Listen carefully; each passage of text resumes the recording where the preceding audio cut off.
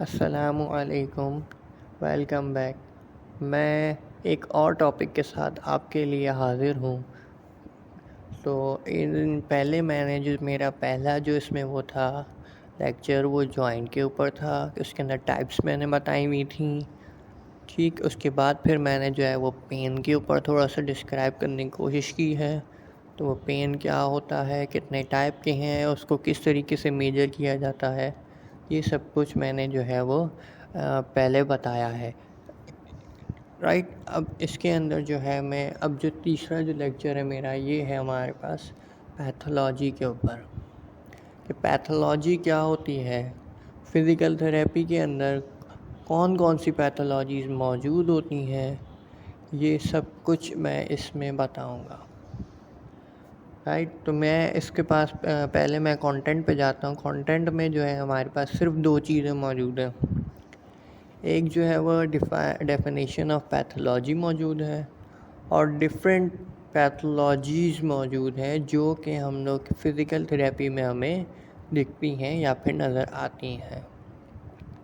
Right, अब मैं आ जाता हूँ कि पैथोलॉजी क्या होती है।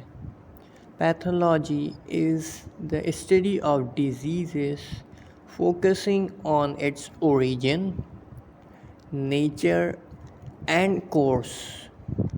It serves as a crucial bridge between science and medicine, underpinning various aspects of patient care, including diagnostic testing and treatment planning. Basically हम लोग जो है वो सबसे पहले पैथोलॉजी के वर्ड से ही समझने की कोशिश करते हैं कि पैथो का मतलब डिज़ीज़ होता है और लॉजी का मतलब जो है वो स्टडी है। तो सिंपल इसकी डेफिनेशन हो गई है कि study of disease is called pathology. Right, अब इसके अंदर जो है वो हम लोग को पैथोलॉजी में डायग्नोसिस की क्यों ज़रूरत होती है। हमें डायग्नोसिस की इसलिए ज़रूरत होती है ताकि हम उनका प्रॉपर ट्रीटमेंट प्लान बना सकें। हमें पता चल सके कि हमारे इस पेशेंट को क्या प्रॉब्लम है, क्या उसकी बॉडी के अंदर चेंज आया हुआ है, क्या वो पैथोलॉजिकल है, क्या वो फिज़िकल है, क्या वो मस्क्यूलर है। बहुत सारी चीज़ों की वजह से होता है। राइट, अब जो है वो सेकंड डेफिनेशन में यही लिखा हुआ है, pathology is a branch of medical science that is focus on the study and diagnosis of disease. Right, ये इसमें भी वही लिखा हुआ है कि पैथोलॉजी जो है वो एक ऐसी मेडिकल साइंस है जो कि फोकस करती है स्टडी पे और डायग्नोसिस ऑफ डिजीज़ पे। राइट, डायग्नोसिस ऑफ डिजीज़ पे किस तरीके से करती हैं वो एज अ रिसर्च हम लोग काम करते हैं फ़िज़िकल थेरेपी में। तो जो हम लोग रिसर्च करते हैं उसके लिए हम जो रिसर्च करते हैं उसमें ये काम आती है डायग्नोसिस के। राइट, अब मैं आगे जाने से पहले आपको ये बताता हूँ कि इस लेक्चर में मैंने डिफरेंट डिजीज़ और डिफरेंट चीज़ों के मैंने ज़िक्र किया हुआ है आगे। तो इन सब को मैं आगे जाके थोड़ा सा डिटेल में बाद में बताऊँगा, आगे दूसरे लेक्चर्स में बताऊँगा। राइट, तो आगे चलते हैं। तो डिफरेंट पैथोलॉजीज़ जो हमारे पास फ़िज़िकल थेरेपी के अंदर डिफरेंट पैथोलॉजीज़ आती हैं वो कुछ ये हैं, 6 हैं। राइट, अब यहाँ पे लिखा है physical therapy addresses a wide range of pathologies that affect movement and function. इसमें ये बोला है कि फ़िज़िकल थेरेपी के अंदर बहुत सारी जो है वो पैथोलॉजीज़ हैं जो कि अफेक्ट करती हैं मूवमेंट्स को और फंक्शन को। अब अफेक्ट जो है मूवमेंट और फंक्शन को जो अफेक्ट कर रही है, चाहे वो एक्सीडेंट हो, चाहे वो नर्व की कंप्रेशन हो या कुछ भी हो।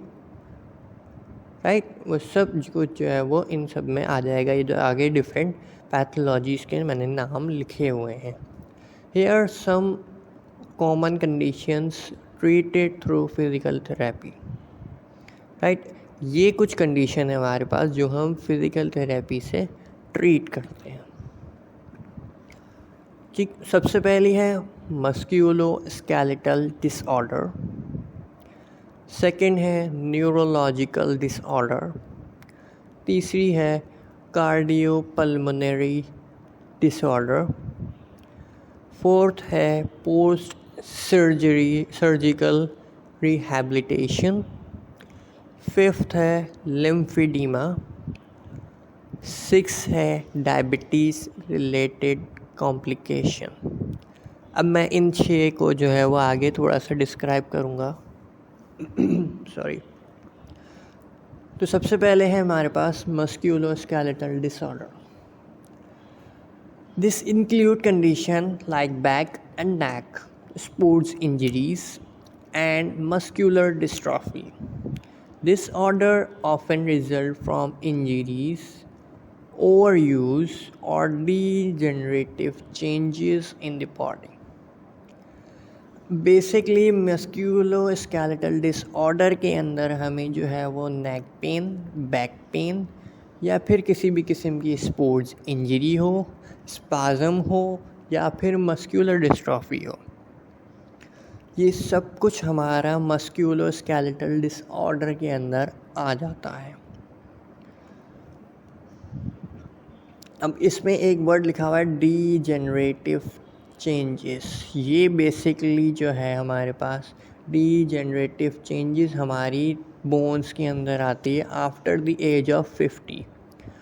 बोन्स के ऊपर जो है वो पोर्स आना शुरू हो जाते हैं, जिसको हम ऑस्टियोपोरोसिस भी कहते हैं, right.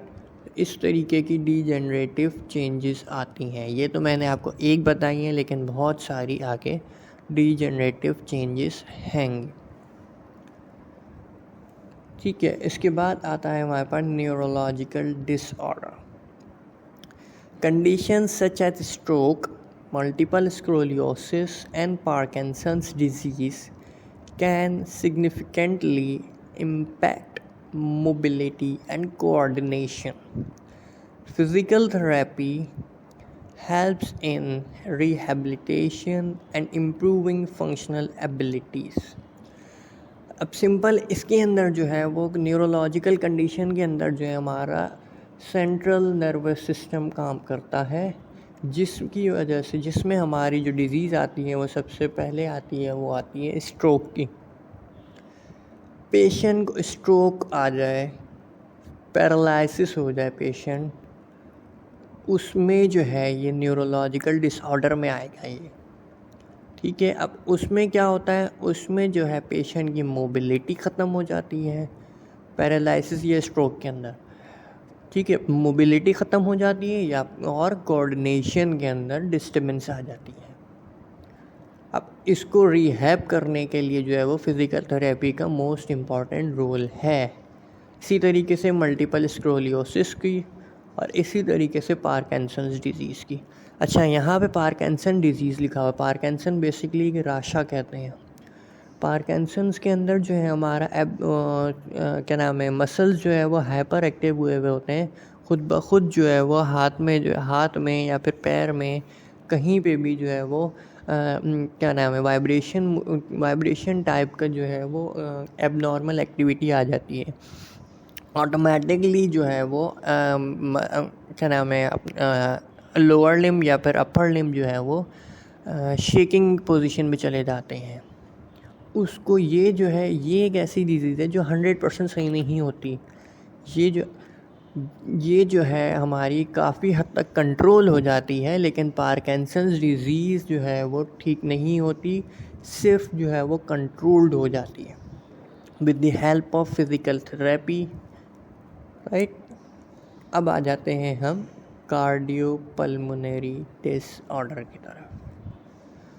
Cardiopulmonary disorder, patient recovery from heart surgery और those with chronic obstructive pulmonary diseases may benefit from physical therapy to enhance endurance and overall physical function.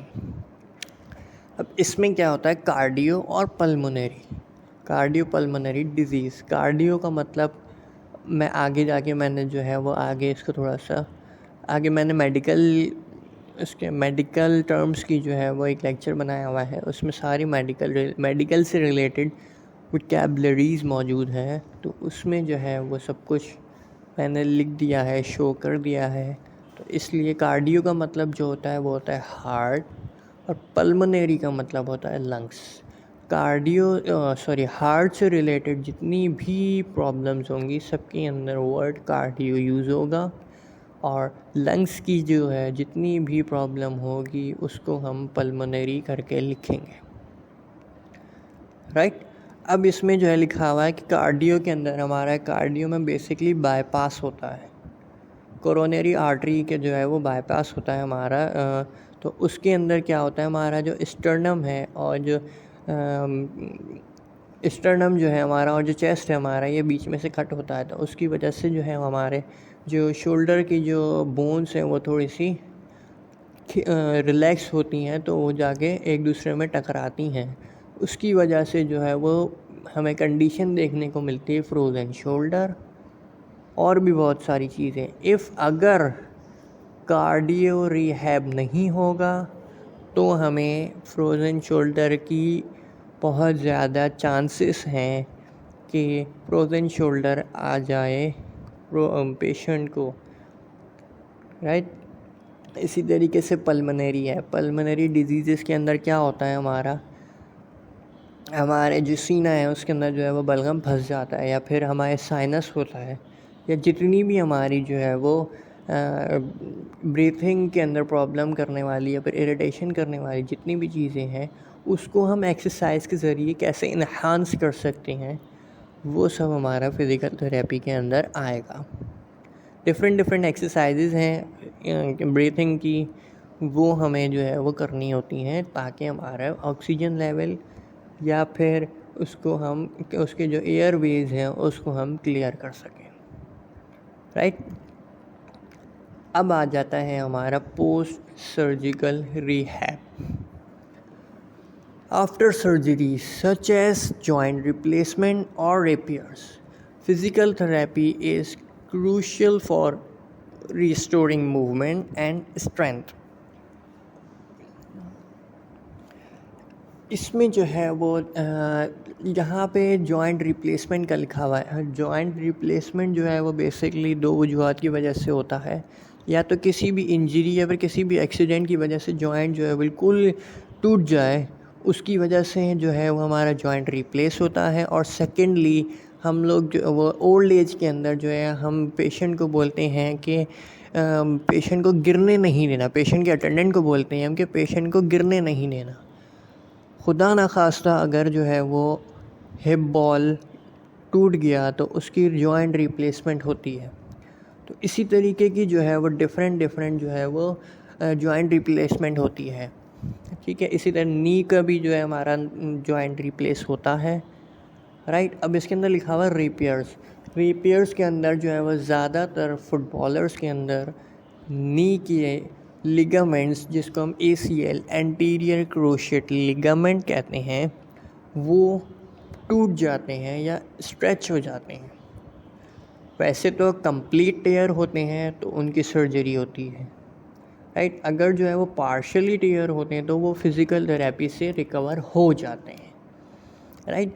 अगर कंप्लीट टेयर होंगे ACL या फिर PCL या फिर जो भी है लैटरल क्रोशिएट लिगामेंट या फिर मीडियल कुछ भी होगा, अगर कंप्लीट टेयर हो जाएंगे, अमूमन ये फुटबॉलर्स में होता है, तो उसकी जो है वो रिपेयरिंग करते हैं। रिपेयरिंग कैसे करते हैं, हमारा जो हैमस्ट्रिंग का एक टेंडन होता है उसको जो है वो सर्जन्स जो है वो निकालते हैं, और नी जॉइंट के अंदर जैसे कि ACL कंप्लीट टेयर है तो ACL की जगह पे फिट कर देते हैं। उसके बाद फिर हम क्या करते हैं, फ़िज़िकल थेरेपिस्ट क्या करता है, फ़िज़िकल थेरेपिस्ट उसको फ्री एजुकेट करता है। बेसिकली हम वो सर्जन्स जो है वो लिगामेंट की जगह पे लिगामेंट्स नहीं लगता और ये लग भी नहीं सकता, ठीक है। तो लिगामेंट के जगह टेंडन लगता है, तो उसको हमें री एजुकेट करना पड़ता है।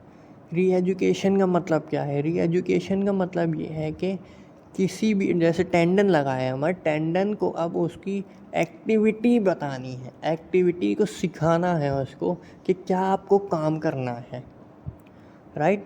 टेंडन को आपने ये बताना है कि नी की एक्सटेंशन और फ्लेक्शन करनी है, राइट। तो इसको हम कहते हैं रीस्टोरिंग मूवमेंट, ठीक है। उसके बाद फिर यहाँ पे लिखा हुआ स्ट्रेंथनिंग। अब उसकी जब मूवमेंट होगी या फिर उसकी जो सर्जरी जो होगी तो जाहिर है कॉर्डिसेप्स मसल्स भी वीक होते हैं, हैमस्ट्रिंग मसल्स भी वीक होते हैं, काफ मसल्स भी वीक हो जाते हैं। तो उसको जो है वो स्ट्रेंथ करते हैं, उसको स्ट्रेंथनिंग करते हैं। वो डिफरेंट टेक्निक्स हैं कि किस तरीके से स्ट्रेंथनिंग करते हैं, वो मैं बाद में बताऊँगा, ठीक है। तो ये मतलब है रीस्टोरिंग मूवमेंट का और स्ट्रेंथनिंग का। जॉइंट रिप्लेसमेंट का मैंने बता दिया कि किस वजह से होती है, कहाँ होती है, कैसे कैसे होती है। रिपेयरिंग का मैंने आपको ACL का बहुत अच्छी सी एग्जांपल दे दी है फुटबॉलर्स की, राइट। अब आ जाते हैं हम लिम्फेडिमा पे। This condition involve swelling due to lymph fluid buildup, often treated with specialized physical therapy techniques to reduce swelling and improve mobility. अब लिम्फेडिमा, इसकी जो वर्ड है हम उसी से पहले समझने की कोशिश करते हैं। इसको पहले हम दो हिस्सों में डिवाइड कर देते हैं कि लिम्फ और एडिमा। लिम्स का मतलब हमें पता है कि जो है वो लोअर लिम्फ या फिर अपर लिम्फ, राइट। एडिमा का मतलब है स्वेलिंग। तो इसके अंदर जो है वो हमारा किसी भी अपर लिम्ब या फिर लोअर लिम्ब के अंदर स्वेलिंग आ जाए। स्वेलिंग किस वजह से आएगी कि फ्लूइड जो है ना वो अपने लिम्स के अंदर बिल्डअप होना शुरू हो जाता है, उसकी वजह से हमारा जो है वो स्वेलिंग बढ़ जाती है और मूवमेंट के अंदर प्रॉब्लम आ जाती है। तो राइट, अब स्वेलिंग को रिड्यूस करने के लिए और मोबिलिटी को इम्प्रूव करने के लिए डिफरेंट टेक्निक्स है फिज़िकल थेरेपी के अंदर। तो वो बिल्कुल वो उससे कवर हो जाती है। तो सबसे पहले जिसको भी जो है वो लिम्फेडिमा है उसको जिस एरिया में है, जैसे आपके इसमें पिक्चर लगी हुई है लोअर लिम्ब की, दोनों पाँवों में जो है वो आपके एडिमा आया हुआ है, स्वेलिंग आई हुई है।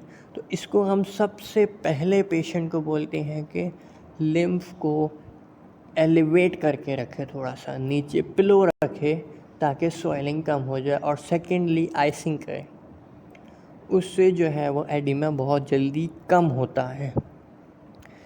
एडिमा कम होगा, मोबिलिटी खुद ब खुद बेहतर होती चली जाएगी।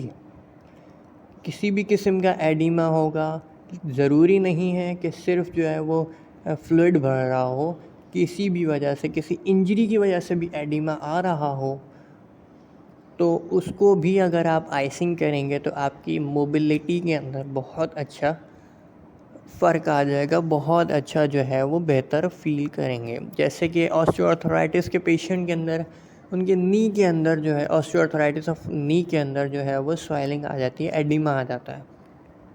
उसको भी कम करने के लिए हम आइसिंग रिकमेंड करते हैं ताकि आइसिंग जो है वो उनके एडिमा को कम करे और हम जो है वो पेशेंट की नी की मोबिलिटी को इम्प्रूव कर सकें।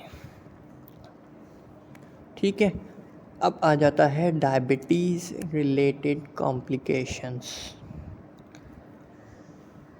Physical therapists often work with patients experiencing complications from diabetes, such as peripheral artery disease, to improve circulation and mobility.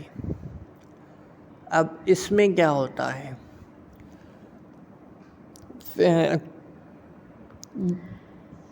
Diabetes की वजह से किसी भी किस्म की मोबिलिटी की रिस्ट्रिक्ट हो जाना, जैसे कि हमें जो दिखता है वो ज़्यादातर डायबिटीज़ के अंदर फ्रोज़न शोल्डर की कंप्लेन बहुत आम होती है फिज़िकल थेरेपी में।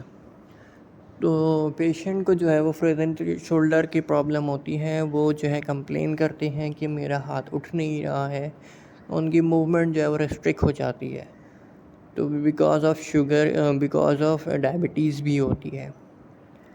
ठीक है, इसी तरीके से इसकी डायबिटीज़ के अंदर ये हमें पता होना चाहिए कि जब भी किसी भी पेशेंट को अगर डायबिटीज़ का प्रॉब्लम है तो उसको ये है कि 100%, 110% जो है वो कार्डियक का भी मसला होगा, हाइपरटेंशन का भी मसला होगा। ये नेसेसरी है। जिस पेशेंट को डायबिटीज़ है उस पेशेंट को ब्लड प्रेशर का प्रॉब्लम भी होगा, राइट। अब डायबिटीज़ के अंदर जो है वो हमारा लिम्स के अंदर जो है वो वीकनेस आ जाती है। पेशेंट कंप्लेन करता है कि मेरे से उठा बैठा नहीं जा रहा, मेरे नी के अंदर पेन होता है उठने बैठने में। तो उसको जो है मोबिलिटी को उसको वापस लाने के लिए हम डिफरेंट टेक्निक्स इस्तेमाल करते हैं।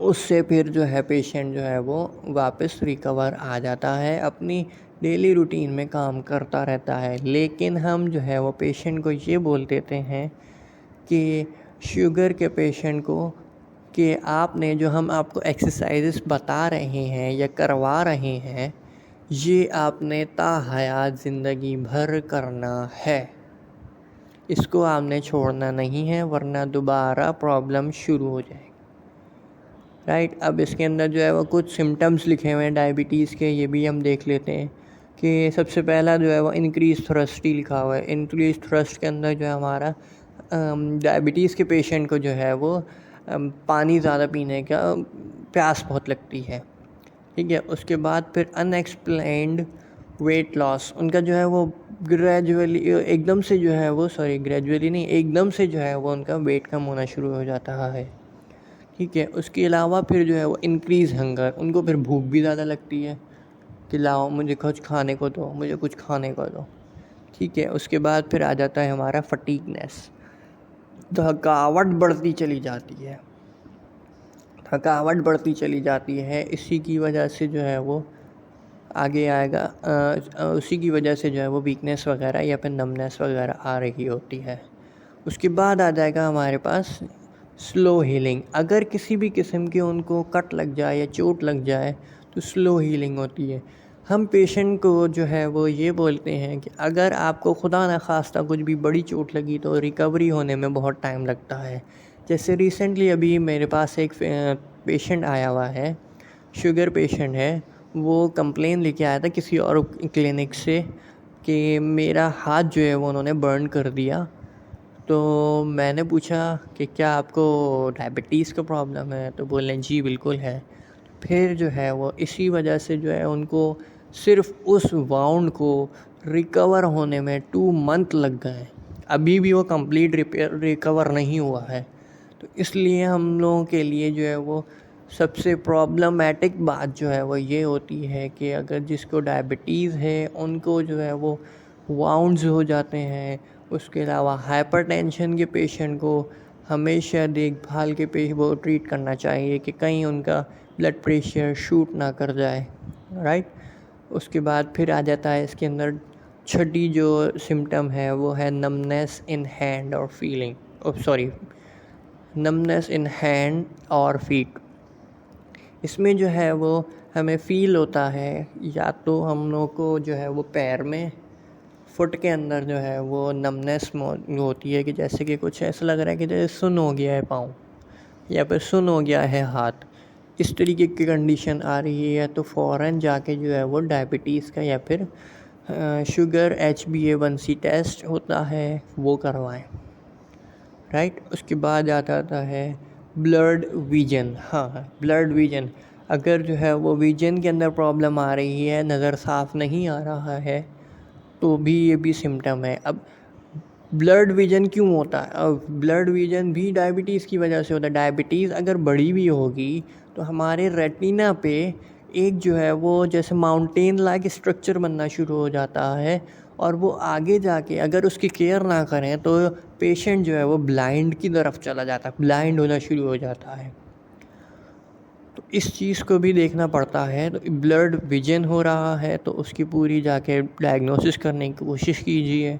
तो बेइंतहा एहतियात की ज़रूरत होती है सब चीज़ों में डायबिटीज़ के अंदर। फ्रीक्वेंटली यूरिनेशन उनको जो है वो फ्रीक्वेंटली यूरिनेशन, बार बार वॉशरूम जाने की ज़रूरत पड़ती है, यूरिन बार बार आता है उनको, एक्सेसिव यूरिन हो जाता है, राइट। उसके बाद फिर जो है वो लास्ट जो है वो सिम्टम हमारे पास, स्किन भी उनकी डैमेज हो जाती है, स्किन भी उनकी ड्राई हो जाती है, स्किन ड्राई भी हो जाती है और साथ साथ सेंसिटिव भी हो जाती है। ये 9 सिम्टम्स हैं डायबिटीज़ के। तो इन सब चीज़ों को देखें, इन सब चीज़ों के ऊपर थोड़ा सा गौर करें। जिनको इस तरीके की प्रॉब्लम्स हैं वो जाके टेस्ट करवाएं, डायग्नोसिस करने की कोशिश करें, राइट। अगर ये है मेरा टॉपिक, अगर किसी को किसी भी किस्म का कोई क्वेश्चन हो या कुछ भी हो, आप लोग कमेंट बॉक्स में पूछ सकते हैं। Thank you so much. इसी तरीके की और इंफॉर्मेटिव वीडियोस को देखने के लिए, समझने के लिए सब्सक्राइब करें, लाइक करें और शेयर करें, ताकि और भी बहुत सारे लोगों को इस चीज़ की अवेयरनेस हो, right. Thank you so much. अल्लाह हाफिज़।